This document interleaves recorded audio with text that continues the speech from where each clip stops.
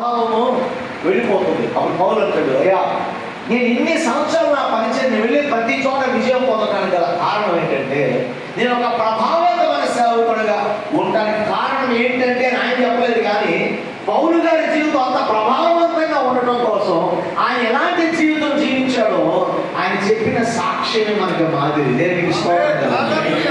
హల్లెలూయా. నేను 4-5 విషయాలు త్వరగా నేను మీతో మాట్లాడు. ఎందుకు అపోస్తలుడైన పౌలు గారి యొక్క జీవితం ప్రభావవంతంగా మారిందంటే, మొట్టమొదటిగా మనం చూసినట్లయితే ఆయన సాక్ష్యము కలిగిన సేవకుడు. చెప్పండి అందరూ కూడా, ఏంటంటే సాక్ష్యము కలిగిన సేవకుడు.